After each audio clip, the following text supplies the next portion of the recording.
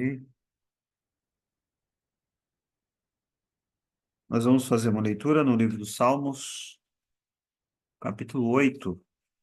Estamos fazendo a leitura sequencial. Começamos lá no Salmo 1, agora estamos no Salmo de número 8. Salmo de número 8 diz assim a palavra do Senhor. Ó Senhor, Senhor nosso, quão admirável é o teu nome em toda a terra, pois puseste a tua glória sobre os céus. Tu ordenaste forças da boca das crianças e dos que mamam por causa dos teus inimigos, para fazer calar o inimigo e o vingador. Quando vejo os teus céus, obra dos teus dedos, a lua e as estrelas que preparaste, quem é o homem mortal para que te lembres dele? E o filho do homem para que o visites? Pois pouco menor o fizeste do que os anjos, e de glória e de honra o coroaste. Fazes com que ele tenha domínio sobre as obras das tuas mãos. Tudo puseste debaixo de seus pés. Todas as ovelhas e bois, assim como os animais do campo, as aves dos céus e os peixes do mar, e tudo o que passa pelas veredas dos mares. Ó Senhor, Senhor nosso, quão admirável é o teu nome sobre toda a terra. Amém. Irmãos, Salmo de número 8, ele exalta Deus, Criador de todas as coisas, e o salmista, ele exalta a Deus, dizendo: quão admirável, ó Senhor, Senhor nosso, quão admirável é o teu nome em toda a terra. Então ele fica admirado diante da grandeza de Deus. Nós vemos lá no Salmo 19 que os céus proclamam a glória de Deus. E aqui ele fala, né, das crianças, fala dos bebês, daqueles que mamam, e ele fala também dos céus, da lua, das estrelas, né, que o Senhor preparou. Ele olha para tudo isso, para toda essa grandeza de Deus, e ele faz uma pergunta: quem é o homem mortal para que te lembres dele? Quem somos nós? Quem é o homem? Quem somos nós diante de Deus? Mas ele afirma: pois pouco menor fizeste do que os anjos, de glória e de honra o coroaste. Apesar do homem ser uma criatura, o Senhor coroou de glória e de honra, e ainda fizeste com que ele tivesse domínio sobre as obras das tuas mãos, né? Versículo 6. Então, o homem foi criado, nós vimos lá em Gênesis, né, para dominar, ter um domínio, exercer domínio sobre as criaturas de Deus. O Senhor o fez à imagem e semelhança, colocou nele características, né, que não tinha nos animais. E o objetivo, de Deus é dar para o homem o domínio sobre a sua criação. Lá em Provérbios diz que a glória de Deus, né, é encobrir as coisas, e a glória dos reis ou dos homens é descobri-las, conhecê-las, né? Então Deus criou todas as coisas e cabe ao homem então dominar sobre as criaturas, e uma das formas é descobrindo, conhecendo a glória de Deus em todas essas coisas. E assim, o homem deveria obedecê-lo, mas sabemos que o homem pecou.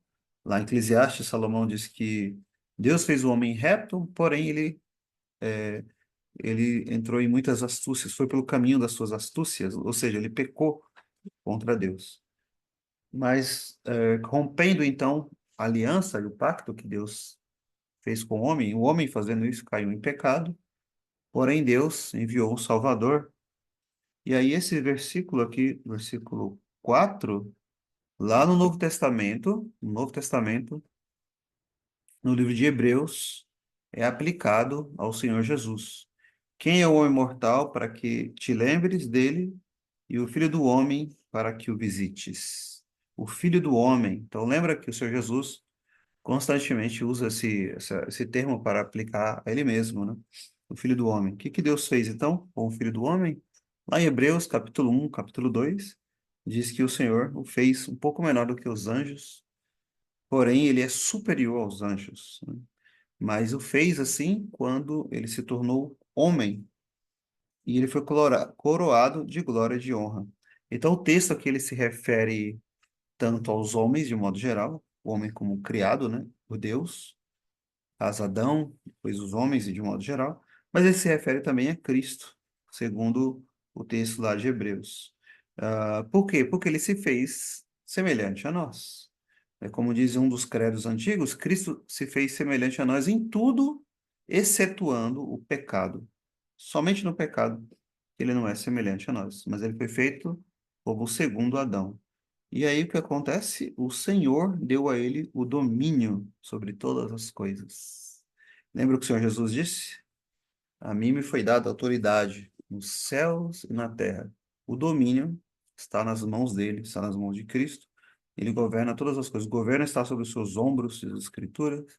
E lá em Hebreus também diz que ele sustenta todas as coisas pela palavra do seu poder. Então, Cristo Jesus, ele é o dominador. Lá no Salmo 2, lá diz que o Senhor Deus falou para ele: Pede-me e te darei as nações. Então, em última análise, o texto se refere a Cristo como tendo o domínio sobre tudo e sobre todos. E é este Cristo que tem todo o domínio, ele recebeu de Deus, que lá no Salmo 2 nos é dito que devemos servi-lo. Beijai o Filho, diz o salmista no Salmo 2. Então, as pessoas, os povos, as nações são chamadas a se submeter ao domínio de Cristo, à autoridade de Cristo. E aqueles que não fizerem, né, o que que diz lá o texto? Irão perecer. Irão perecer no caminho. Lá em Apocalipse 6 fala da ira do Cordeiro, porque Deus colocou nele, deu para ele todo o domínio, todo o domínio. E ele vai quebrar, né, as nações como o vaso na mão do oleiro. Ou seja, aqueles que não amá-lo, não servi-lo, não adorá-lo. O apóstolo Paulo diz que aquele que não ama o Senhor Jesus é anátema, seja anátema, maldito. Ou seja, não servi-lo, não amá-lo, não adorá-lo, é, talvez podemos afirmar o pior pecado que o ser humano pode cometer. Qual é o maior mandamento? Amarás o Senhor teu Deus, todas as suas forças, toda a tua alma, de todo o teu entendimento. Quando você não faz isso, você está quebrando o maior mandamento, não amando, não beijando esse Cristo. Então, quebrar este mandamento, não amá-lo, é de fato, então, ser amaldiçoado, ter a maldição de Deus na sua vida. Porque aquele que tem o filho tem a vida, mas quem não tem o filho, sobre ele permanece a ira de Deus, diz as Escrituras. Que Deus nos abençoe para que possamos meditar. Todos os salmos, irmãos, falam sobre Cristo. Todos os salmos, todas as Escrituras, todo o Velho Testamento fala sobre ele. E assim possamos ler as Escrituras sempre analisando, refletindo, meditando onde Cristo pode ser encontrado. Amém. Deus possa aplicar essa leitura nos nossos corações. Quero convidar os irmãos a vamos cantar um salmo, Salmo 119,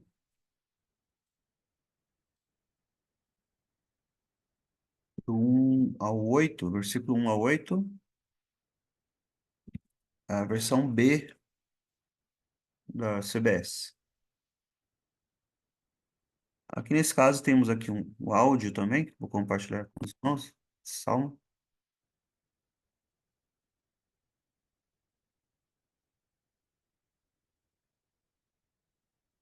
Irmãos que não conhecerem a melodia, podem acompanhar aqui.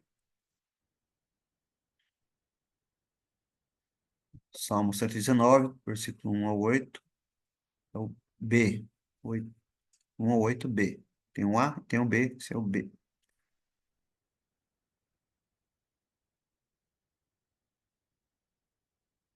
Bem-aventurado aquele que no seu caminho vai, irrepreensivelmente atendendo a lei de Deus. Bem-aventurado aquele que obedece às prescrições e de coração inteiro tem buscado ao Senhor. Não pratica a iniquidade, mas caminha no Senhor. ordenaste os mandamentos para que, com precisão, os cumpramos, ó tomara, sejam firmes os meus pés, para que os teus preceitos eu consiga obedecer. Nos teus mandamentos todos, quando assim considerar, não terei qualquer vergonha quando neles ponderar. Muitas graças ao teu nome renderei, Senhor meu Deus, com meu coração inteiro. Muitas graças renderei quando os teus juízos retos aprendido eu tiver. Cumprirei os teus decretos, jamais venhas me deixar. Cumprirei os teus decretos, jamais venhas me deixar. Amém. Bem-aventurado aquele que no seu caminho vai irrepreensivelmente, atendendo à lei de Deus. Bem-aventurado aquele que obedece às prescrições. Então, o Salmo 119 fala sobre a lei de Deus. Exalta a lei de Deus, que o seu povo deve obedecê-la, e essa lei que foi obedecida completa e perfeitamente por Jesus Cristo, nosso Senhor, em nosso lugar. Amém. Quero agora convidar os irmãos a abrirem também a palavra do Senhor no livro de Cantares de Salomão, capítulo 4. Capítulo 4.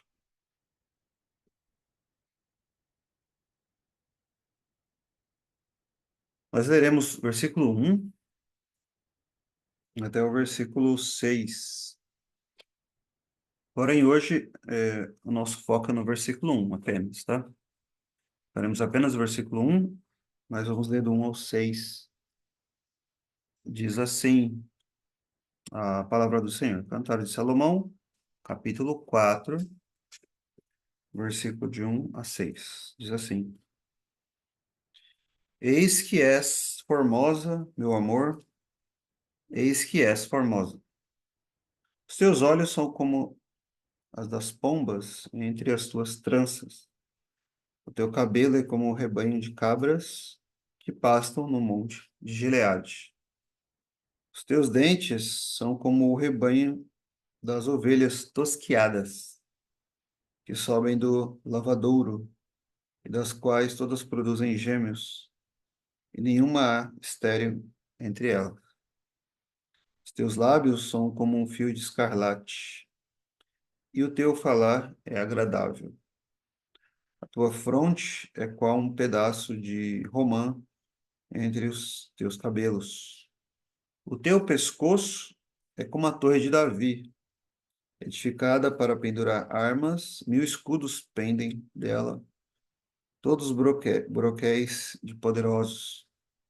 Os teus dois seios são como os dois filhos gêmeos da gazela, que se apacentam entre os lírios, até que refresque o dia e fujam as sombras, irei ao monte da mirra e ao outeiro do incenso.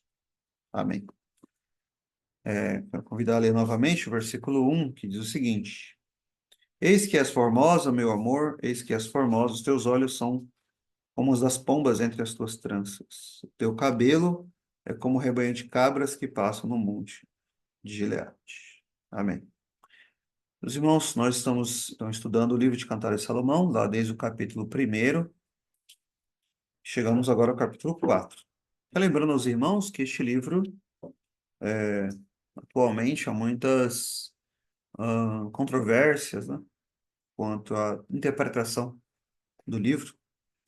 Então, muitos consideram um livro difícil, e é, de fato. e há debates sobre as interpretações que hoje as pessoas podem fazer do livro. Já comentei várias vezes que muitos, a maioria, talvez, dos teólogos, até mesmo meio reformado, eu acredito que esse livro fala apenas sobre o casamento, o relacionamento, né, de um homem com mulher, relacionamento matrimonial, etc., né? Mas entendemos que não, que é um livro espiritual, uma alegoria que fala sobre Cristo e a igreja. Nós falamos isso lá na introdução, lá no início, os motivos, porque não faz sentido traduzir o livro, ou traduzir não, interpretar o livro de modo ah, literal. Ele não faz o menor sentido e não seria um exemplo, um bom exemplo de um casamento bíblico, se você usar ele como manual para o casamento, por muitos motivos, né? Um deles é que o amado aqui chama ela de irmã, por exemplo, chama sua amada de irmã. Isso seria algo inadmissível naquela época. Ou esse homem aqui, o amado, muitas vezes ele é uma pessoa, às vezes ele é outra, às vezes ele é o rei, às vezes ele é pastor. Então, é, seria algo estranho também para a época. Tudo isso nos leva a crer que o livro é uma alegoria ou uma parábola, como já falamos. E assim mesmo é que, historicamente, a Igreja de Deus, ao longo dos séculos, tem interpretado esse livro. Então, essa ideia nova, esses debates novos, é uma coisa da nossa época. Creio que fruto de várias questões, até mesmo da teologia liberal, não que todos sejam liberais, né, que adotam uma interpretação mais literal do livro, mas todo o literalismo vem também do academicismo e vem da teologia liberal e assim por diante. Podem ter inúmeros motivos para isso, mas de qualquer modo, entendemos que a interpretação do livro é uma interpretação espiritual, é uma interpretação como uma parábola. E assim há nas Escrituras muitas parábolas, né? E elas foram escritas para o povo de Deus. Lembra que o Senhor Jesus disse para os discípulos: a vós é dado conhecer os mistérios do reino de Deus, mas aos que estão de fora, não. E isso ele disse quando perguntaram para ele por que fala por parábolas, né?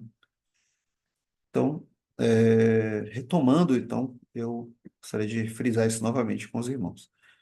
No capítulo anterior, no capítulo 3, nós falamos sobre a amada ela buscar o seu amado. No capítulo 3, ela se levanta para buscá-lo de noite, né, para buscar o seu amado. E no versículo 3, ela diz que alguns guardas a encontraram, e esses guardas aqui, muitos interpretam como os ministros do evangelho. Mas depois ela se apartou deles e encontrou o amado da sua alma. Ela encontrou Cristo. Então elas se apartam deles por um pouco e agarra-se a ele, ao amado, e não larga mais. E é assim que deve ser o crente com relação a Cristo, né? E depois, no capítulo seguinte, no mesmo capítulo ainda que nós vimos a condução da igreja, né? Como a igreja de Deus ela é conduzida pelo próprio Cristo. Ela é conduzida, como ela é levada. Nós vimos, por exemplo, que ela é conduzida numa liteira, que é uma espécie de cadeira portátil, na qual ela é levada. E o texto também fala que Salomão, o rei Salomão, fez uma carruagem, ou seja, é uma figura da época, né? Então você vê em filmes antigos, às vezes, as pessoas sendo carregadas, reis ou rainhas sendo carregados. Então essa é a imagem, né? E valentes estão ao redor dela, valentes com espadas, armas, diz aqui o texto, né? Ou seja, nós temos vários textos, no Velho Testamento, no Novo Testamento, onde a igreja, de fato, ela é conduzida, os cristãos são conduzidos e eles são protegidos por um exército invisível, são os anjos de Deus. E assim ela é conduzida e ela vai ser recebida na glória, essa igreja. Então, isso se aplica à igreja, coletivamente, mas também ao crente. Então, foi isso que nós vimos no capítulo anterior, essas duas partes aqui do capítulo anterior, do capítulo 3. Agora, no capítulo 4, do que se trata o capítulo 4? Nós fizemos uma leitura do versículo 1 ao 6, porém, nosso foco hoje é o versículo 1. Aqui nesse capítulo, o amado, ele descreve a sua amada. E ele cita aqui algumas características físicas dela, e ele descreve 7 coisas nessa perícope, nesse parágrafo. 7 coisas sobre a sua amada. E hoje nós vamos ver 2 delas.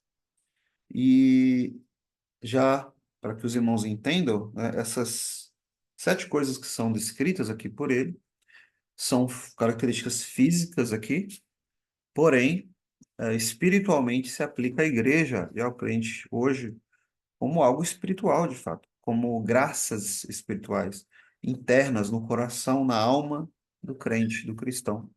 E isso traz grande alegria para Deus e para Cristo.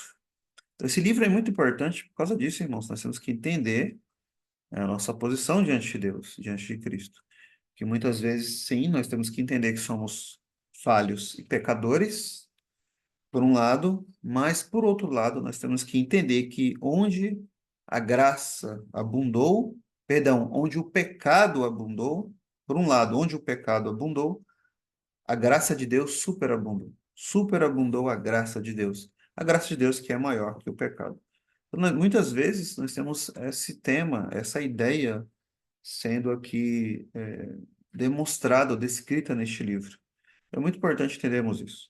Então, essas características físicas que serão aqui descritas, que são descritas por ele, pelo amado, acerca da sua amada, são características espirituais da igreja, e não somente da igreja no sentido coletivo, mas também do crente, do cristão, de modo individual. Então, são 7 coisas aqui importantes, do 1 ao 6, e hoje nós vamos ver apenas 2 delas. Então, vamos aqui para o versículo primeiro, então. Aqui nós vamos ver 3 coisas, 3 proposições importantes no versículo primeiro. Em primeiro lugar, a formosura da amada, a formosura da igreja.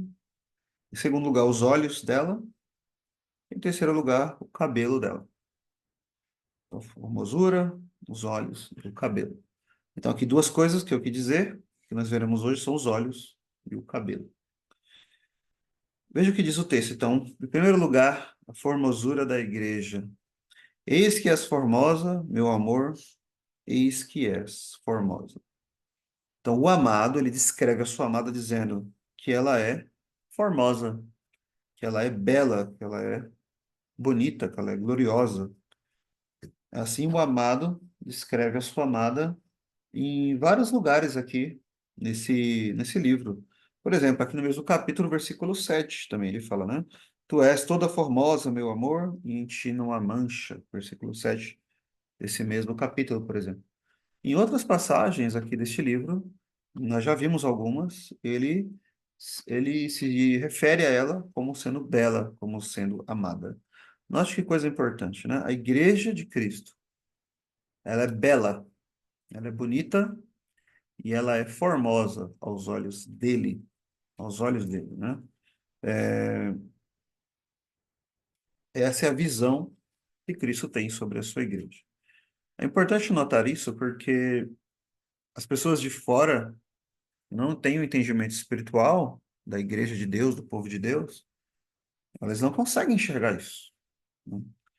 A igreja tem erros, somos pecadores. Não me refiro aqui a nenhuma denominação, é claro, em específico, me refiro à noiva de Cristo, à igreja de Cristo, à esposa de Cristo, como afirmam as Escrituras. Afirmam as Escrituras. Então, as pessoas olham de fora e têm um entendimento equivocado sobre a igreja.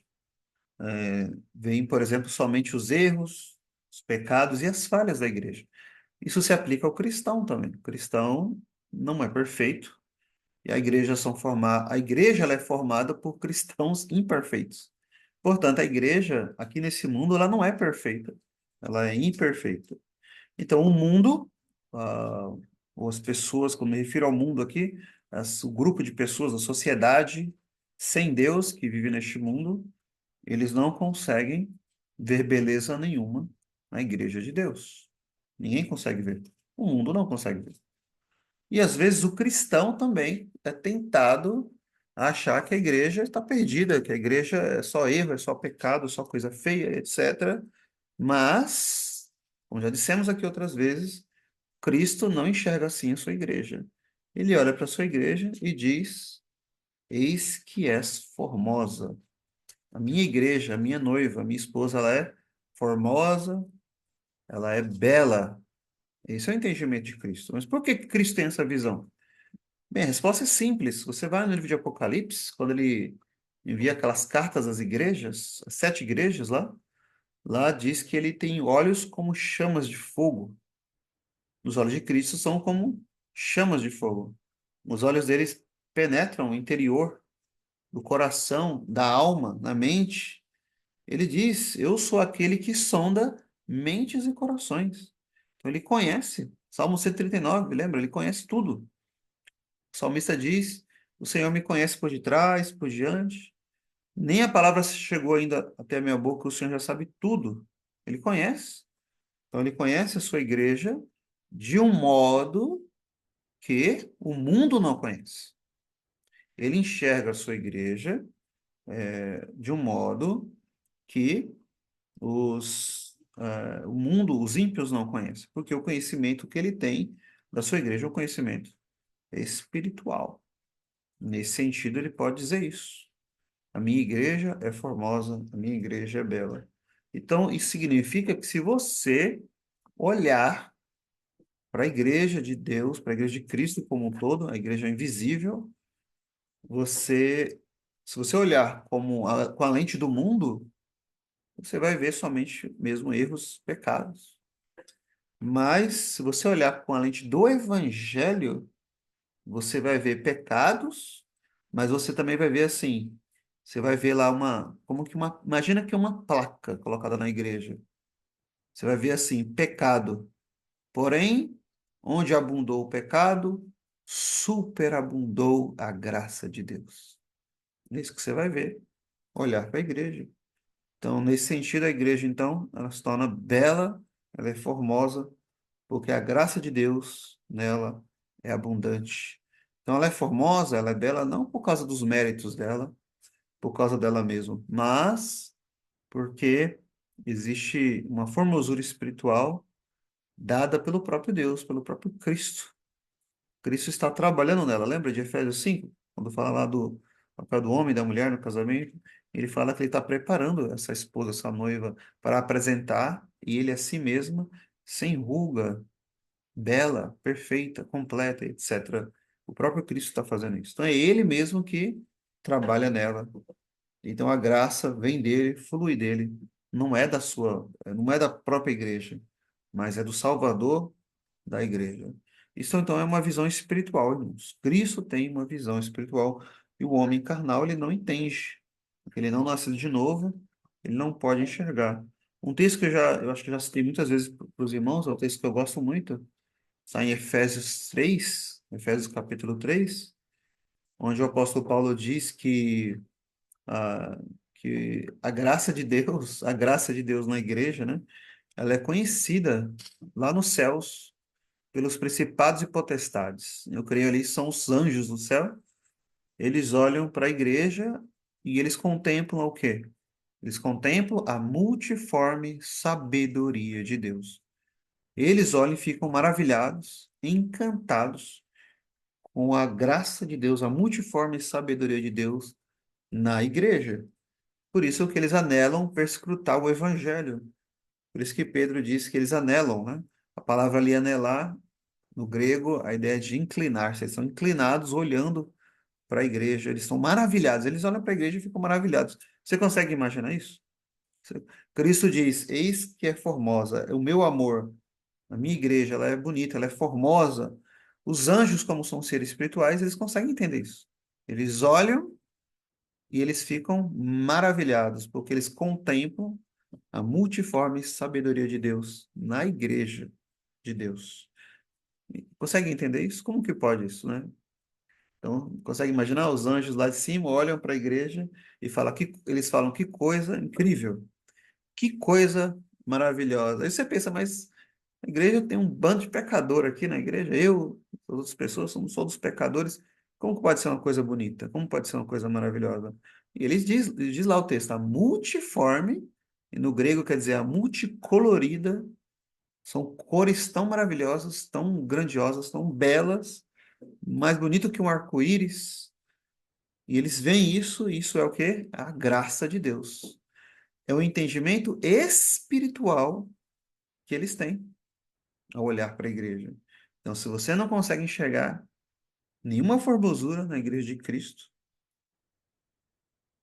é porque será que você não tem ainda uma visão espiritual? Será que é porque você não tem um entendimento do que é a graça de Deus? E essa é a única explicação, né? O homem natural não compreende as coisas de Deus, mas aqueles que nasceram de novo compreendem. Então, os anjos veem isso, e Cristo mesmo vê e diz: ela é formosa, ela é bela. E isso se aplica à igreja e aos cristãos também, que estão nela, que fazem parte dela. Você consegue imaginar isso? As pessoas, os criaturas de Deus, essas que são celestiais, olham para a sua vida e dizem que a glória e a beleza da sua vida, não só na vida da igreja, mas na sua também, você acreditaria nisso? Você acreditaria nisso? Você visse milhares de anjos dizendo isso? Você poderia pensar, esses anjos não conhecem o meu coração, né? Não conhecem a minha vida. Como é que pode um negócio desse? Como é que eles conseguem dizer, imaginar uma coisa dessa acerca do meu, a meu respeito? Como que isso é possível? A resposta é a multiforme graça de Deus. Essa é a resposta. Eles estão entendendo isso, porque eles, essas criaturas celestiais, não experimentaram essa graça de Deus. Os anjos eleitos, né? Me refiro a esse. Paulo chama de anjos eleitos. Eles não caíram, então não experimentaram a graça de Deus. Os anjos que caíram também não experimentam e nunca experimentarão a graça de Deus. Então, nem os eleitos, nem os anjos eleitos, nem os anjos não eleitos, nem ambos os grupos não poderão experimentar a graça de Deus, porque a graça, ela superabundou onde? No pecado. Então, eles ficam maravilhados. Eles olham e falam: como que pode um negócio desse? Um monte de pecador e Deus enviar o seu filho para salvá-los. Isso é algo belo demais. Isso é algo maravilhoso demais. Isso é algo grandioso demais, que é isso que entretém a mente deles nos céus. E eles glorificam a Deus, eles adoram a Deus, eles se alegram diante de Deus quando um pecador se arrepende. Esses anjos ficam estupefatos, maravilhados. E nós não entendemos o evangelho de Deus como deveríamos. Nós não entendemos a multiforme sabedoria de Deus. Nós barateamos a graça, nós olhamos com superficialidade por esse evangelho, nós não meditamos com profundidade neste evangelho, nós não preparamos o nosso coração no dia do Senhor para meditar nesse evangelho, nós entendemos apenas o pecado e não olhamos para a maravilhosa graça de Deus. Aí que está a beleza do evangelho. Aí que está a beleza da igreja, a multiforme graça de Deus. Você crê nisso? Você crê na formosura da igreja, do povo de Deus? Assim são os salvos diante de Deus. Que você possa meditar nisso, que a igreja possa meditar nisso, refletir sobre isso, entender que em Cristo ela é muito amada. As palavras ditas a Cristo, né?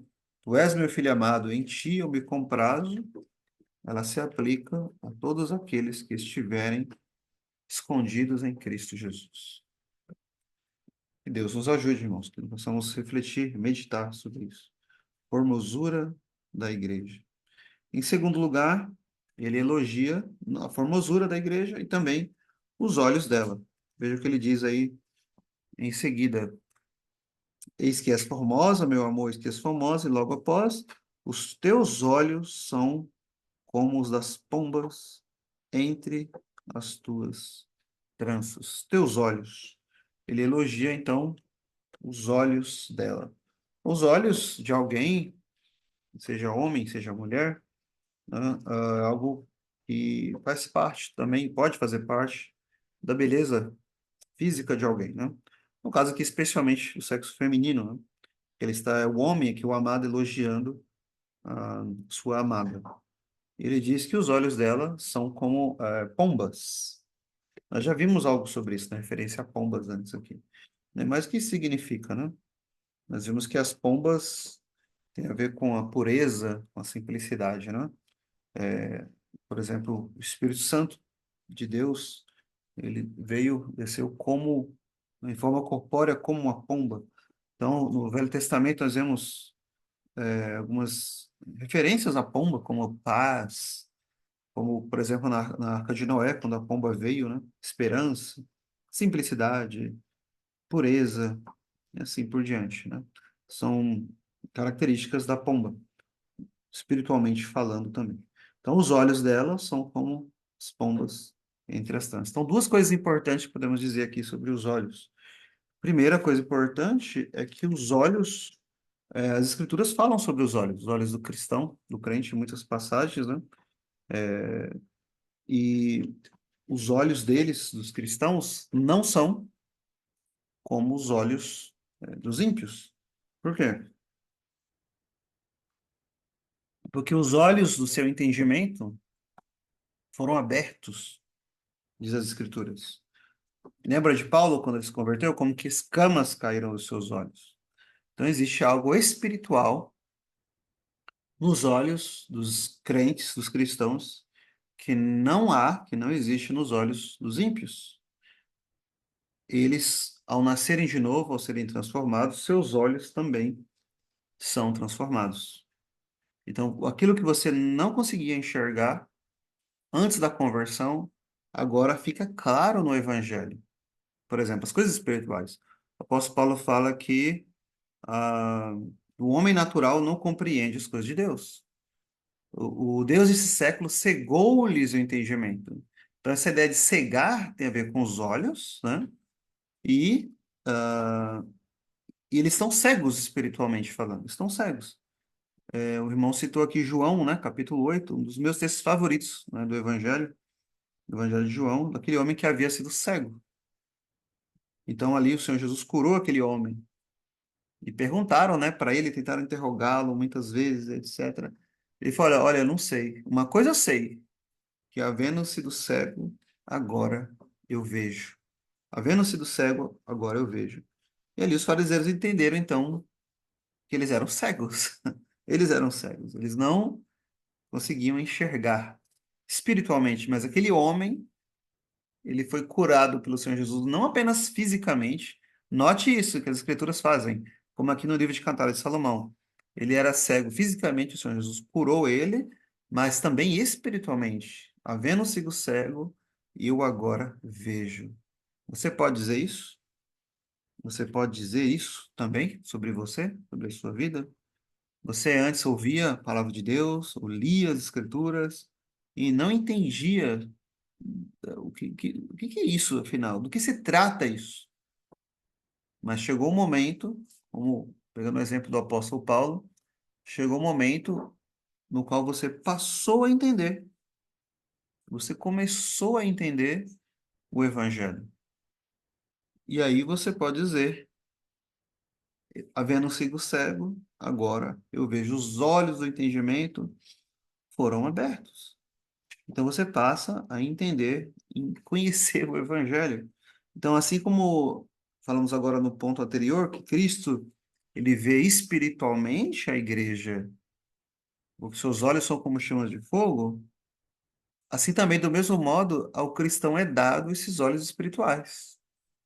Então, agora ele olha para Cristo e ele enxerga algo que o mundo não vê. Já parou para pensar nisso? Não é interessante? Então, veja é, que é recíproco, né? Cristo olha para a igreja e diz: Tu és formosa. Ele vê algo belo na igreja.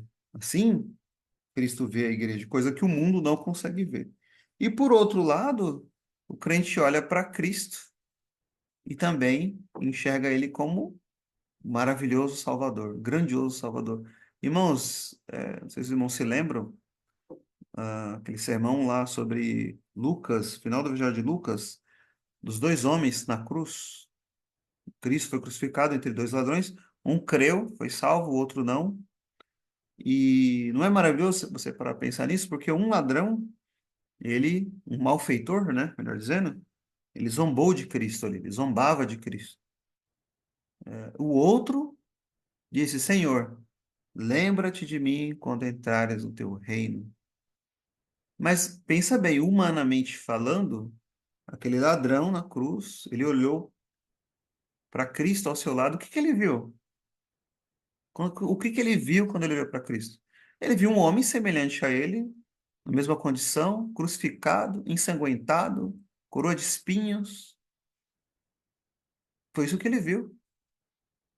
Viu ali um homem na sua extrema, o filho de Deus, mas também filho do homem ali crucificado na sua extrema fraqueza, e as pessoas dizendo, se tu és o Cristo, desce da cruz.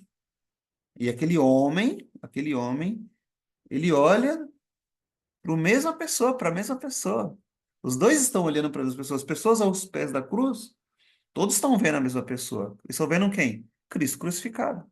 Mas aquele homem que creu, ele olhou e viu ali Cristo ensanguentado, crucificado, e ele disse o quê? Lembra-te de mim quando entrares no teu reino? Ele disse que Cristo era o rei. Ele disse: esse homem não tem culpa alguma. Ele disse que ele revelou ali, ele demonstrou, declarou a pureza de Cristo, a santidade de Cristo. E ele: lembra-te de mim, Senhor, quando entrares no teu reino. Tu és o rei, o rei dos reis. Tu tens um reino. Lembra-te de mim. O Senhor Jesus falou o quê para ele? Ainda hoje estarás comigo no paraíso. Irmãos, por que aquele homem viu o homem ao seu lado ensanguentado e como se ele dissesse: esse homem de quem vocês estão blasfemando, esse homem que está aqui, que foi açoitado, ensanguentado, eu tomo ele como meu Senhor, como meu Salvador. Este é o meu Salvador, esse é o meu Senhor, esse é o meu Deus, esse é o meu Cristo. Não há nada nem ninguém semelhante a ele. Este é o meu Cristo. Como isso é possível, irmãos? A resposta é os olhos, os olhos da fé, os olhos do seu entendimento foram abertos. Esse a quem vocês estão blasfemando, rejeitando, etc., é exatamente esse que eu pego para ser o meu Senhor, o meu Salvador. Ele é o amado da minha alma. Eu sou do meu amado, ele é meu. Este é o meu amado. Então, por que isso é possível? Porque os seus olhos ali foram abertos, os olhos da fé, e ele creu no Senhor Jesus. Ele creu no Senhor Jesus para a sua salvação. Você crer no Senhor Jesus? Quantas pessoas ainda hoje aqui neste mundo estão aí blasfemando dele, falando mal dele, e assim por diante, né? Todo tipo de ideia, ou adorando um falso Cristo, muitas vezes, que eles imaginam, mas o verdadeiro crente olhar para o Cristo que estava na cruz. Ele ressuscitou. E é nesse Cristo que nós cremos, porque você consegue olhar muito além. Por que você consegue olhar? Porque os seus olhos foram abertos, as escamas caíram. Você olha para esse Cristo e você diz: este é o meu Senhor e meu Salvador. Esses olhos foram abertos pelo Espírito Santo. Esses olhos são como os olhos das pombas. São simples, porém conseguem enxergar espiritualmente pela ação do Espírito de Deus. O Espírito de Deus é aquele que conhece as profundezas de Deus. E ele revelou elas no Evangelho. E agora você pode ler e entender o Evangelho. E quando você entende, você diz, então, como aquele homem que era cego. Eu só sei disso. Uma coisa eu sei. Eu era cego, mas agora vejo. Esses são os olhos, então, dos crentes, dos cristãos. E Cristo tem prazer nisso. Prazer nesses olhos. Os olhos que enxergam espiritualmente, os olhos que enxergam muito além do que o homem não convertido consegue enxergar. Isso é maravilhoso, irmãos. Seus olhos foram abertos espiritualmente? Seus olhos foram abertos no novo nascimento? E os olhos como pombas buscam também essa simplicidade de Cristo. Buscam a pureza. A pureza. O Senhor Jesus, ele fala que os olhos são a candeia do corpo, a lâmpada do corpo. Se os olhos forem limpos, forem puros, né, todo o teu corpo também será. Mas se forem trevas, todo o teu corpo será tal, trevas. Tudo que domina o seu olho domina também a sua alma, domina você como um todo. Em outras palavras, é isso que ele está dizendo. Então, o cristão, ele tem cuidado agora com seus olhos. Cuidado de como ele usa os seus olhos. Os olhos devem ser como pomba. Nós temos aí o novo nascimento, ele abriu o entendimento, mas temos também a santificação, que é o processo no qual o cristão, aos poucos, vai consagrando melhor, cada vez mais, seus olhos a Deus, seus olhos a Cristo Jesus. Todas as partes, tudo que você é, as partes do seu corpo também, devem ser trazidas a Ele para servirem a Ele. Isso diz as Escrituras em muitas passagens, né? Mas, de qualquer modo, irmãos, isso é maravilhoso. Os olhos da minha amada são como os das pombas entre as duas tranças. Como são os seus olhos diante de Deus? Você enxerga espiritualmente as coisas de Deus? Você tem consagrado eles para olhar as coisas que agradam a Ele, que agradam a Cristo? Você consegue olhar para esse Cristo Jesus, para esse Senhor, e dizer: Tu és o meu único Senhor, meu único Salvador? Esses são os olhos dos crentes, os olhos do entendimento que lhe foram abertos. Então ele elogia aqui os olhos da sua amada, os olhos da sua igreja, os olhos do seu povo, os olhos dos cristãos. Que você tenha, se você não enxerga ainda espiritualmente, que você possa enxergar, que você possa buscar ter olhos assim. Irmãos, terceiro lugar, por último, os cabelos, né? O cabelo dela. Vou ler aqui o versículo novamente. Cantares, capítulo 4, versículo 1. Eis que és formosa, meu amor, eis que és formosa. Os teus olhos são como das pombas entre as tuas tranças. O teu cabelo é como o rebanho de cabras que passam no monte, que pastam no monte de Gileade. Então aqui, duas coisas então que ele está elogiando. Três, uma formosura física, né, dela, da amada. Depois de falar que ela é formosa, ele fala dos olhos dela, são como pombas. Depois ele fala, o teu cabelo é como rebanho de cabras que passam no monte de Gileade. Então, ele está elogiando os cabelos dela, os cabelos dela, os cabelos da sua amada. Ele é comparado aqui ao rebanho de cabras que passam no monte de Gileade. Então, essas cabras aqui, o rebanho delas, dizem que a figura é mais ou menos assim, elas sendo olhadas de longe, descendo o monte, era uma visão muito bela de se ver, muito bonita, porque elas são bem ordenadas, bem organizadas, as cabras, né? Descendo a montanha, quando vistas de longe.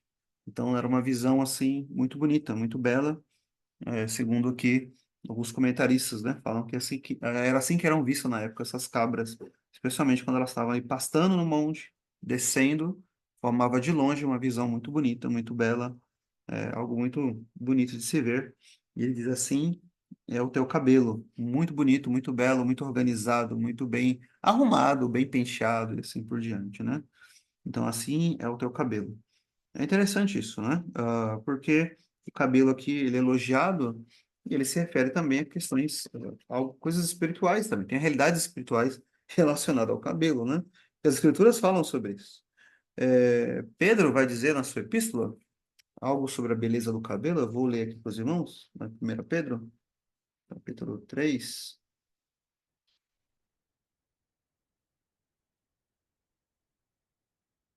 1 Pedro 3,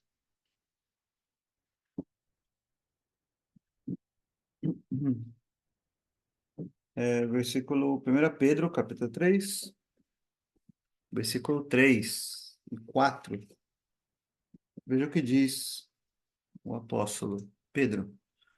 O enfeite delas não seja o exterior, no frisado dos cabelos, nos de joias de ouro, na compostura dos vestidos, mas o homem coberto no coração, no incorruptível traje de um espírito manso e quieto, que é precioso diante de Deus. Então, Pedro está aqui falando do exagero, né? Que não deveria haver exagero, aquela preocupação exacerbada, exagerada, né, com joias, com enfeites, tanto no cabelo, né, como no pescoço aqui, joias de ouro, com coisas muito, muito caras demais, etc. Isso não é o mais importante. O mais importante é o coração, é o homem interior, é lá dentro. O coração é mais importante. no incorruptível traje de um espírito manso. Então existe uma beleza que Deus olha, que Cristo olha lá dentro do coração da mulher, também do homem, é claro, né? Que é esse espírito manso, quieto. Isso é precioso diante de Deus. Então veja, para os olhos humanos, joias de ouro são coisas preciosas, vestidos caros, cabelos bem enfeitados, são muito caros para os homens, mas para Deus o que que é mais precioso? É um traje de um espírito manso e quieto. A mansidão é algo que agrada a Deus. A quietude é algo que agrada a Deus. Isso sim é precioso diante de Deus. Então, espiritualmente, Cristo olha então, para a igreja.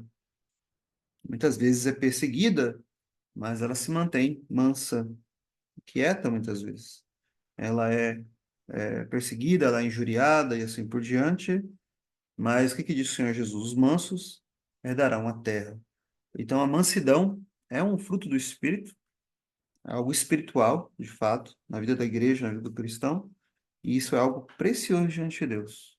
Então, existe essa preciosidade, algo que Deus, ele ama, ele deseja ver em nós, né, essa quietude, essa mansidão no povo de Deus. E assim é conosco, cada um dos cristãos, cada um do povo de Deus. Pedro fala aqui das mulheres, devido a toda essa questão, né, cultural, natural também, né, o cabelo da mulher e etc.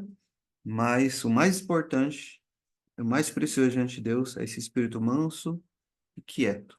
Os cristãos devem ser conhecidos pela sua mansidão, pela sua quietude. São virtudes espirituais, virtudes cristãs, produzidas pelo Espírito Santo em nossas vidas, porque é o fruto do Espírito. Você tem essas características? Você é manso diante de Deus? Diante dos homens, manso, quieto. Assim, há momentos que o cristão ele precisa ser ousado, né? Por isso que o Senhor Jesus diz, nós temos que ser simples como as pombas, prudentes como as serpentes. Há momentos e momentos, né? Para tudo há tempo, né? De um modo geral, o cristão ele é manso, quieto diante de Deus. Isso é precioso aos olhos de Deus. Isso é muito importante aos olhos de Deus. Porém, voltando aqui no texto de Cantares de Salomão, ele fala assim, repetindo, né? O teu cabelo como um rebanho de cabras que pastam no monte de Gileade. Então, eu creio que isso é importante você meditar nessa quietude e mansidão que Pedro fala. Esse é o adorno, então, do cristão, mais importante que o adorno do cabelo. Porém, uma outra coisa importante a destacarmos aqui é que quando ele fala aqui do cabelo dela sendo assim belo, é isso que ele quer dizer, bem ordenado e etc., é porque o cabelo, naturalmente falando, é algo que faz parte do adorno, especialmente do adorno feminino. O cabelo é algo importante no adorno feminino, na beleza, feminina. Então, isso é algo importante para nós meditarmos. E não é interessante isso? Você parar para pensar sobre isso? Lá em 1 Coríntios 11, o apóstolo Paulo fala sobre isso, sobre o cabelo da mulher. Vou abrir aqui 1 Coríntios capítulo 11. Para muitas pessoas, esse é um texto difícil, né? Mas se você estudar com calma, você entende ele tranquilamente. Porém, nós não vamos fazer isso hoje, tá? Estudar ele aqui completamente. Mas ver aqui um ou dois versículos. 1 Coríntios capítulo 11. Então, aqui nesse texto, o apóstolo Paulo fala muitas coisas assim, importantes. Primeiro, ele fala sobre Cristo ser o cabeça de todo homem, o homem é o cabeça da mulher e Deus é o cabeça de Cristo. Ele vai falando sobre isso para falar do uso do véu, que não é uma tradução boa aqui, né? A palavra véu, na verdade, não existe no grego, na língua original, mas é cobrir a cabeça, né? Essa é a palavra. E aí o texto, ele vai falar, o apóstolo Paulo vai falar que o homem, que Deus, perdão, Deus em primeiro lugar, né? Deus tem uma glória. Qual é a glória de Deus aqui? Ele fala que na criação, o homem é a glória de Deus. O homem é a glória de Deus. Ele vai dizer aqui, no texto, né? Que o homem é a glória de Deus. E ele vai dizer que a mulher é a glória do homem. né? Veja aí no versículo 7. O homem, pois, não deve cobrir a cabeça, porque é a imagem e glória de Deus. Mas a mulher é a glória do homem. Então, o homem não deve cobrir a cabeça no culto público, porque ele é a glória de Deus. Mas a mulher deve cobrir-se, ele está dizendo, porque a mulher é a glória do homem. Ela foi criada para o homem, ela deve, então, cobrir a sua cabeça, porque ela é a glória do homem. Bem, então, Paulo está dizendo, o homem é a glória de Deus, a mulher é a glória do homem. E qual é a glória da mulher? Então, qual é a glória da mulher? A glória da mulher, ele vai dizer aqui para frente, né? Continuando o texto, né? Ele vai dizer assim: porque o homem não provém da mulher, mas a mulher do homem. Aí o versículo 9: porque também o homem não foi criado por causa da mulher, mas a mulher por causa do homem. Portanto, a mulher, ah, por- porque também o homem não foi criado por causa da mulher, mas a mulher por causa do homem. Portanto, a mulher deve ter sobre a cabeça sinal de poderio por causa dos anjos. Ué, interessante isso, né? Agora olha o versículo 14. Ou não vos ensina. Não, perdão, versículo 15. Mas ter a mulher cabelo crescido lhe é honroso, porque o cabelo lhe foi dado em lugar de véu. Primeira parte do versículo 15. Mas ter a mulher cabelo crescido lhe é honroso. Na versão original, na King James, no grego, essa palavra lhe é honroso quer dizer é a sua glória. É uma glória para ela o seu cabelo crescido. A tradução seria isso. Por que eu estou dizendo isso? Porque então, mesmo hoje em nossos dias, com toda a secularização, você parar para refletir a natureza que Deus criou, mesmo as mulheres não cristãs, elas sabem disso, porque é algo que faz parte da natureza humana, não precisa ser nascido de novo para saber isso. Que o cabelo é algo importante para a mulher. Por isso que muitas mulheres, falando agora de modo geral, né? E que muitas vão lá, cabeleireiro, tal, gostam de cuidar do cabelo e etc. É algo que está na Bíblia, porque é honroso, porque ela gosta, porque é algo bonito mesmo, né? E aí você vê, por exemplo, às vezes, se você notar, em algum ambiente público, uma mulher que não tem o cabelo comprido ou arrumado, etc., mas tem a cabeça totalmente rapada. O que que você imagina quando você vê algo assim? Você imagina que tem algum problema, né? Se ela tá com a cabeça totalmente tosquiada, que é o que ele fala aqui no texto, rapada, geralmente em nossos dias o que significa? Alguma doença, né? Como câncer, por exemplo, quimioterapia, alguma coisa nesse sentido. E algumas, inclusive, usam algum lenço ali, né? Para parecer um pouco um cabelo comprido e tal. Por que que as mulheres fazem isso, né? Por quê? Porque é algo que Deus fez. É algo da natureza da mulher ter o cabelo assim, comprido, e esse cuidado todo com o cabelo. E quando o cabelo. Há problemas relacionados ao cabelo, muitas mulheres, principalmente as mais jovens, né, ficam ali preocupadas com o cabelo. Por que isso? Porque foi algo que Deus fez, é natural do homem. E isso é a sua glória. Isso é a sua glória. Agora, o que isso tem a ver com o nosso texto? Aí eu quero te mostrar um outro texto muito conhecido, está em Lucas capítulo 7. Lucas capítulo 7, se você quiser acompanhar leitura, Lucas 7, texto muito interessante. Pensa bem, então, a glória da mulher é o quê? O seu cabelo.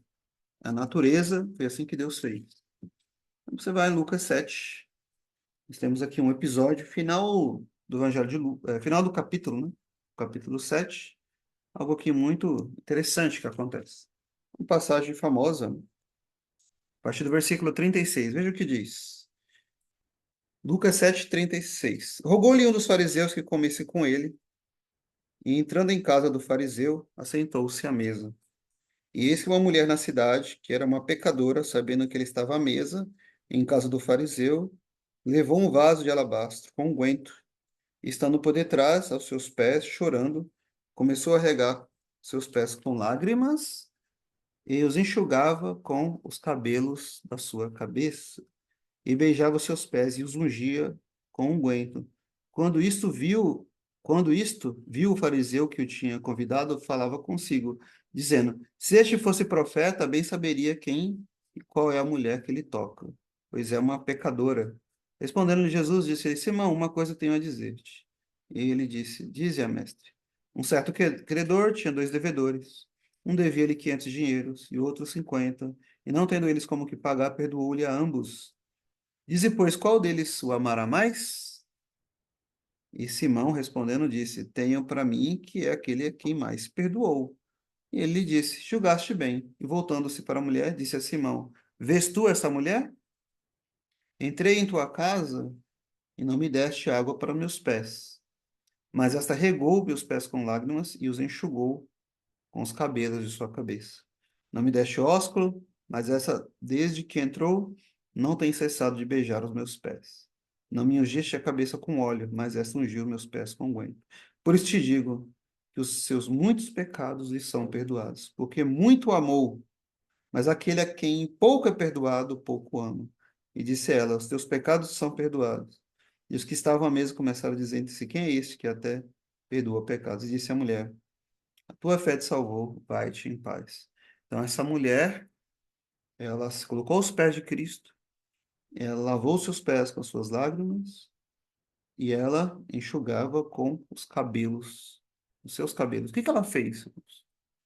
A sua glória, a sua glória, a glória da mulher, os seus cabelos. O que ela fez com os seus cabelos?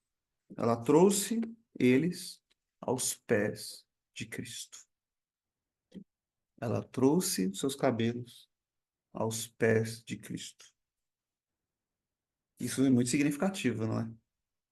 Muito significativo. Tudo que você tem, tudo que nós somos, ele é digno. Ele é digno. Está lá em Apocalipse, toda a riqueza, toda a sabedoria, toda a honra, toda a glória pertence a ele. E ela, como se ela dissesse, está aqui, a minha glória eu trago aos pés de Cristo. A igreja, ela faz isso. Ela se submete a Cristo. Ela fica aos pés de Cristo. E os seus cabelos, ou seja, a sua glória, ela deixa sua glória aos pés de Cristo. Isso, irmãos, é o Evangelho, é a fé dos eleitos, a fé da igreja genuína, da igreja de Cristo, que é entregar o seu coração, a sua vida, a sua alma, tudo que você tem, tudo que você é, toda a sua glória aos pés de Cristo. O cabelo dela é a sua glória. O teu cabelo é como o rebanho das cabras que passam no monte de Gileade. O cabelo da igreja, a glória da igreja, colocado aos pés dela. Ela é submissa a esse Senhor, a este amado, a este Rei, ao Senhor dos Senhores, Rei dos Reis. Ela se entrega a Ele, a igreja se entrega. E assim o cristão, sendo, né, todos nós, devemos colocar aos pés dele o que nós temos, o que você é. Por isso, lá em Romanos 12, o apóstolo Paulo diz: Apresentai os vossos corpos agora, como um sacrifício vivo diante de Deus. Apresentai-vos agora. Por que fazer isso? Né? Por quê? Ele fala, é racional, é o vosso culto racional apresentar-se a si mesmo,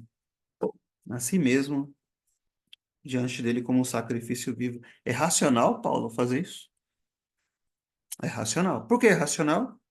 A resposta é simples, porque ele fez isso por você primeiro. Ele se entregou por você primeiro. Então é racional que agora você se entregue a ele primeiro. Irmãos, tem uma história que eu vi muito tempo atrás de um. ah, dizem que é uma história real, né? Até onde sei. Na época dos escravos nos Estados Unidos, escravidão, um homem crente, um cristão, ele participou daquela famosa corrida do ouro. Ele ficou muito rico, conseguiu muito ouro. Um dia, voltando para sua terra, ele viu escravos sendo vendidos e ali havia uma mulher para ser vendida, uma escrava. E ele viu que alguns homens queriam comprar aquela escrava e ele estava ouvindo as coisas horríveis que eles queriam fazer com a escrava. Eles queriam comprar. E aquele homem, movido de compaixão, comprou a escrava, então. Já que agora tinha, muito dinheiro, era rico, comprou a escrava. Comprou apenas para libertá-la depois. Comprou, e aí ela trouxe ela para ele, e ela, nervosa, ela gritava, ela xingava, ela cuspia ele de todo jeito, né, falando coisas terríveis. E ele pegou então o papel para assinar e dar para ela a carta, né, que ela era livre, e ela não estava entendendo aquilo. Ele falou, não, vai embora, você é livre, eu te comprei só para te libertar. E ela, nervosa, tal. E aí, finalmente, depois de muita conversa, ela entendeu que ela era livre agora. Ela era livre. E quando ela ouviu, quando ela entendeu aquilo, ela caiu aos pés daquele homem, agradecendo por tudo aquilo e que agora ela o serviria pelo resto da sua vida. Isso é a igreja. Isso é a igreja comprada por Cristo Jesus. Essa igreja, ela se lança aos pés de Cristo. O seu cabelo também aos pés de Cristo, como aquela mulher pecadora, aos pés de Cristo. E ela entendendo que ela foi redimida, ela foi comprada, ela foi liberta, ela quer entregar sua vida, toda a sua glória aos pés dele, aos pés do Salvador. E ela diz, com todos os santos, com todos os anjos, digno é o Cordeiro pelo seu sacrifício. Digno é o Cordeiro pelo seu sacrifício. Irmãos, possamos então meditar no Evangelho de Cristo, meditar na sua palavra, meditar nas verdades do Evangelho, para que entendamos isso, a formosura da igreja, do crente, os olhos deles, os olhos da igreja, e o cabelo que representa a glória feminina e representa também a glória da igreja que é trazida aos pés do Salvador, aos pés de Cristo. Amém. Que Deus nos ajude, que Deus nos abençoe no entendimento de sua palavra e do seu evangelho. Nós vamos orar, então, para nós encerrarmos. Eu pedi ao irmão Edson que faça uma oração e logo após o irmão Anderson também, para nós encerrarmos. Oremos. Senhor Deus amado, seja louvado o teu santo nome, seja engrandecido ao Senhor, a Deus, Deus poderoso, Senhor soberano, Criador e sustentador de tudo, nosso Deus, nosso Pai amado, e nós também amamos, ó Pai, te damos graças, louvores, bendizemos o teu santo nome, Deus. Tu é digno de receber toda a nossa adoração, todo o nosso louvor, toda a honra, Pai, toda a glória ao Senhor. Pai, nós reconhecemos, ó Deus, que somos, pela tua graça, alvos, ó Deus, desse tão rico e profundo amor do Senhor, que nos amou, de maneira que nós mesmo compreendemos, ó Pai, esse amor que, como diz a tua palavra, nos constrange, que nós nada somos, nenhuma beleza sobre nós, nada que pudesse agradar ao Senhor ou atrair ao Senhor. Deus, mas na verdade nós éramos destinados à tua ira, Pai, cheios de pecado, cheios de miséria, cheios, ó Deus, de corrupção. O Senhor foi gracioso e aprova o Senhor nos salvar, nos purificar, para que pudéssemos ser agradáveis aos teus olhos. Deus, que obra maravilhosa é esta que o Senhor faz com a tua igreja, com o teu povo, que o Senhor faz em nós, Pai. Nós realmente somos gratos ao Senhor. Tão grande maravilha que é isso, Deus. O Senhor nos amar, a ponto de nos entregar para nosso resgate, pelo próprio Filho, para morrer por nós, para derramar o seu sangue em nosso lugar, para nos salvar, ó Pai do inferno, da ira do Senhor, e nos cercar de bênçãos, ó Deus. Louvamos por isso, ó Deus. Louvamos pela tua igreja, Santa Igreja do Senhor, igreja que o Senhor já fez espalhar pelo mundo, o Senhor conduz, o Senhor preserva, o Senhor faz caminhar conforme a tua vontade, Deus. E louvamos, São Pai, bendizemos pelo privilégio de poder fazer parte dessa igreja do Senhor, desse povo amado do Senhor, povo redimido do Senhor, Deus. Damos graças por isso e também, ó Deus, por todas as bênçãos que o Senhor nos dá diariamente, Pai, cada detalhe da nossa vida, podemos ver a mão do Senhor a nos preservar, a nos conduzir, a nos sustentar, mesmo nas lutas, Pai, nas muitas provações que nós passamos, né, nos problemas que temos dia a dia, é o Senhor a nos conduzir, a nos sustentar com o nosso escudo, a nossa proteção, a nossa fortaleza, Pai. Então, Pai, oramos ao Senhor para te dar graças nessa hora, reconhecer tão grande benefício que o Senhor para conosco. Pai, obrigado, Deus, por essas famílias que têm se reunido aqui para poder ouvir tua palavra. Nós sabemos, todos nós temos essas lutas, mas o Senhor tem cuidado de nós. O Senhor tem sido nosso socorro, nosso amparo, nossa proteção. Por isso, ó Pai, receba a nossa gratidão, Senhor. Todo louvor a Ti, ó Deus. Oramos em nome de Jesus. Amém. Amém. Glorioso Deus, amado Pai, Deus Todo-Poderoso, Criador de todas as coisas, Deus onipotente, onipresente, onisciente. A Ti, Senhor, sejam dadas toda a honra, toda a glória, todo o poder e toda a adoração. Te agradecemos por mais um dia de vida, mais um domingo, dia do Senhor, mais uma vez tendo o privilégio de ouvir esse estudo, cantar salmos.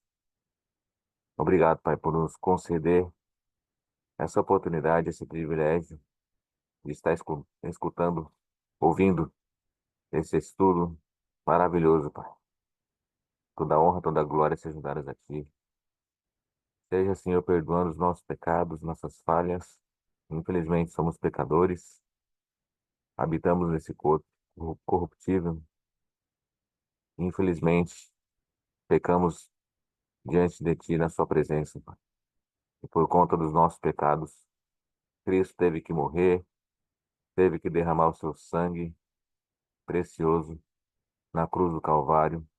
Cristo teve que se humilhar, teve que encarnar, veio em carne, habitou entre nós por conta dos nossos pecados, meu Pai. Esteja nos perdoando e que o Espírito Santo mostre, nos ajude a ver os nossos pecados, pelos quais ainda não temos conhecimento, não estamos vendo.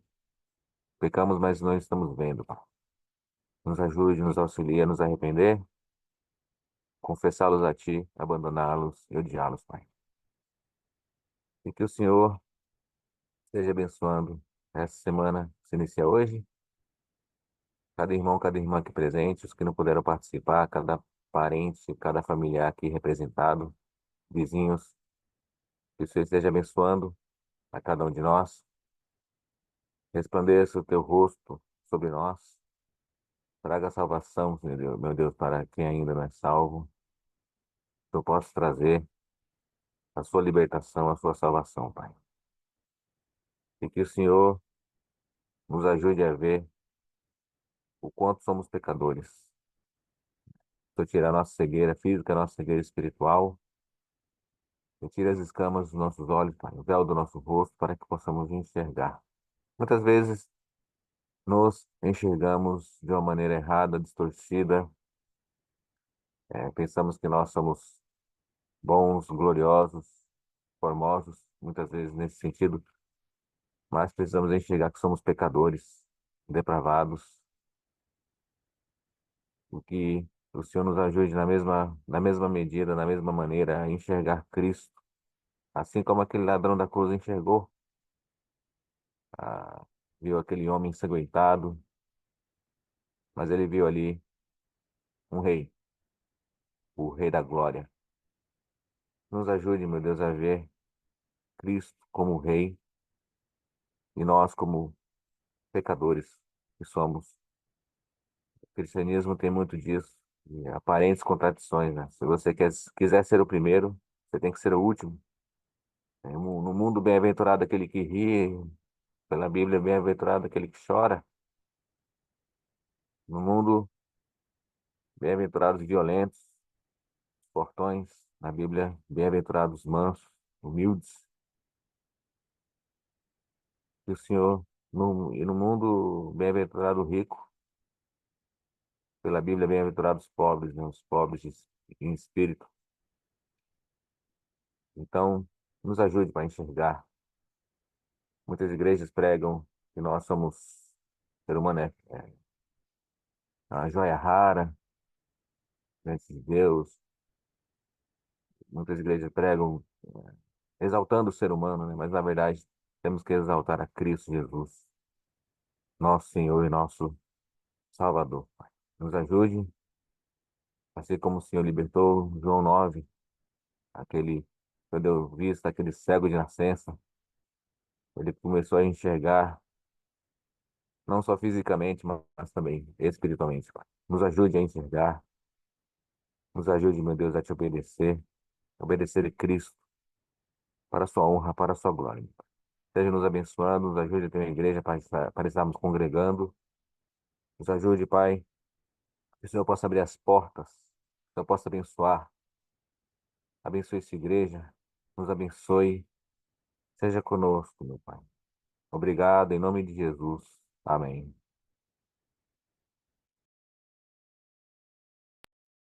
Amém, irmãos. Deus abençoe a todos. Boa semana a todos. Amém.